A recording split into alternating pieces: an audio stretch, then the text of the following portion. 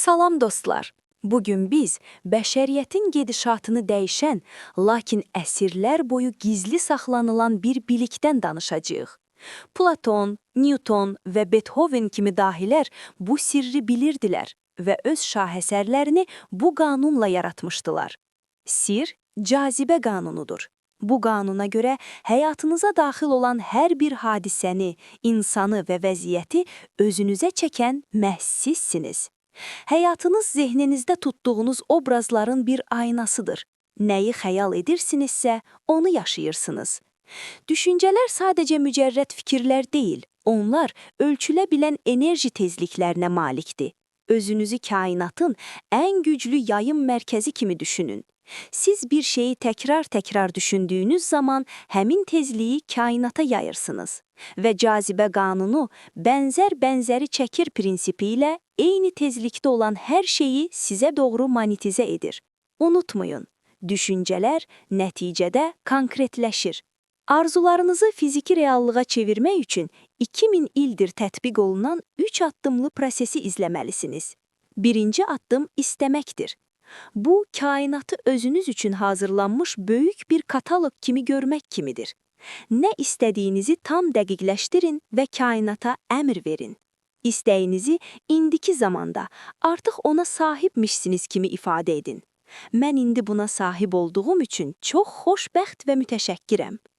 İkinci addım inanmaqdır. İstədiyiniz şeyin artıq sizin olduğuna dair sarsılmaz bir inanc bəsləyin. Onun necə baş verəcəyini düşünməyinizə ehtiyac yoxdur. Bu, kainatın işidir. Qaranlıqda Kaliforniyadan New York'a qədər gedən bir maşın kimi, sizin bütün nərdivanı görməyinizə ehtiyac yoxdur. Sadəcə qarşınızdakı ilk 200 metri, yəni ilk addımı görün və kainata güvənin.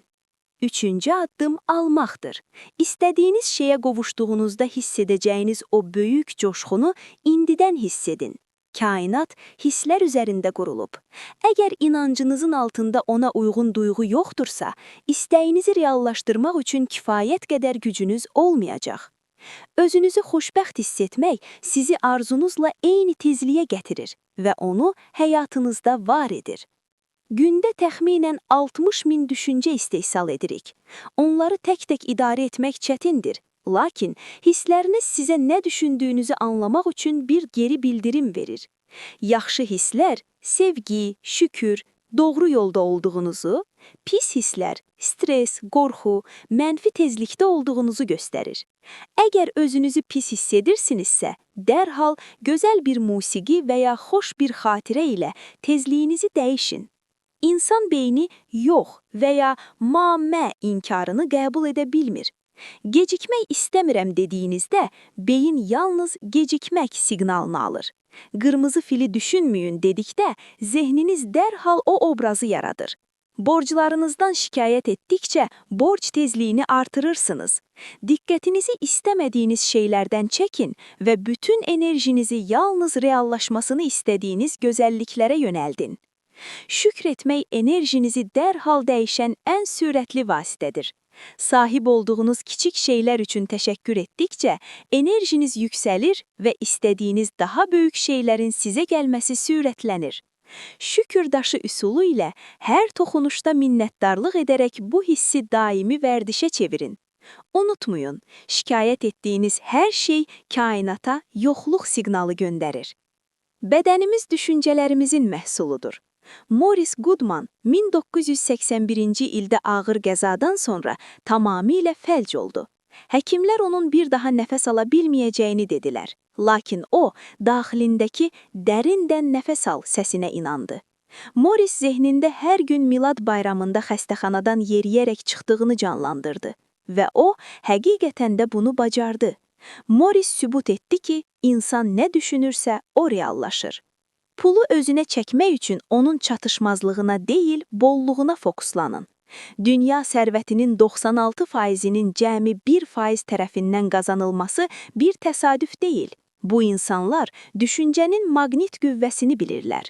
Buna gücüm çatmır demək əvəzinə, buna sahib olduğum üçün xoşbəxtəm deyərək bolluq tezliyinə köklənin.